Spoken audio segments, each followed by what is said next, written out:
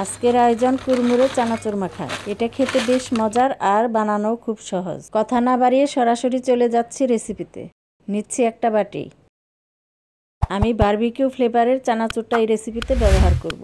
যার কাছে যে ধরনের চানাচুর পছন্দ সেটা নিলেই চলবে। এরকম সাইজের 2 কাপ চানাচুর নিচ্ছি।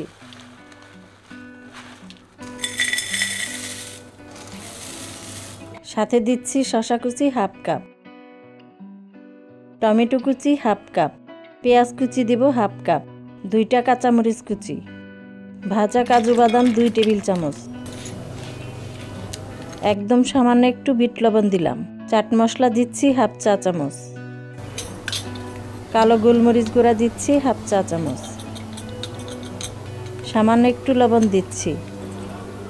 এবার দিচ্ছি 1 টেবিল চামচ পরিমাণ সরিষার তেল, দিচ্ছি পেঁয়াজ পাতা কুচি 2 টেবিল চামচ,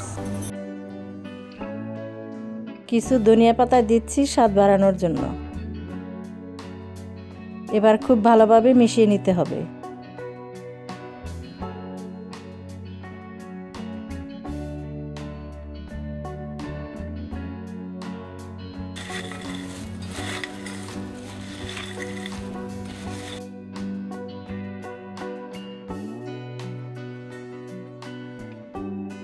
এখন দিচ্ছি লেমন জেস্ট। এটা দেওয়ার ফলে বেশ সুন্দর লেবুর একটা ফ্লেভার আসবে।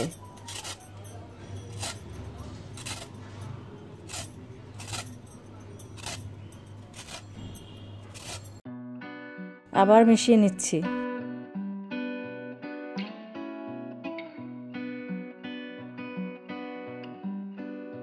এবার দিচ্ছি স্পাইসি ফ্লেভারের কুরমুরে চিপস।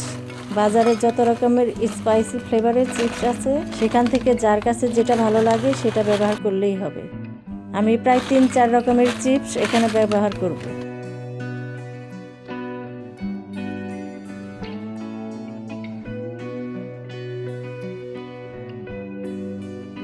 আবার সব ভালোভাবে মাখিয়ে নিতে হবে।